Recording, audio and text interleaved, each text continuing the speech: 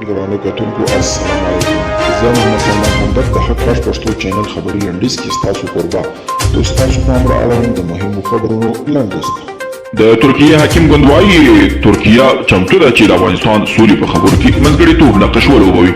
هغه وایي افغانستان زموږ لپاره یو مهم هیواد دی او ترکیه به د افغانستان ځواکونو سره خپلو مرستو ته دوام ورکړي. ټاکل شوې ده چې د ترکیې په ناستې کې به مهم تصمیمونه ونیول شي. د افغانستان د کرکټ د دوو ستورو راشد خان او مجيب الرحمن د کرکټ شل اوریزو لوبو کې د بولینګ په برخه کې د نړۍ لومړی او دریم مقام ترلاسه کړی. تیر کال د افغانستان د ښځینه خبریالانو پر وړاندې تاوتریخوالي 100 قضیې ثبت شوي. د ښځینه خبریالانو ملاتړ مرکز د کورونا وایروس یوه بله ستونزه ګڼي.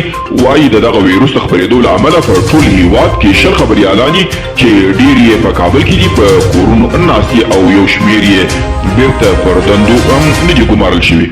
او د افغانستان په بیا رغونه د امریکا د څار ادارې سیګار ویلي چې که چېرته تاوتریخوالي په همدې توګه دوام پیدا کړي نو لرې نه ده چې له همدې کشمکش څخه په استفادې یوه بله وسله واله ډله هم سر راپورته کړي.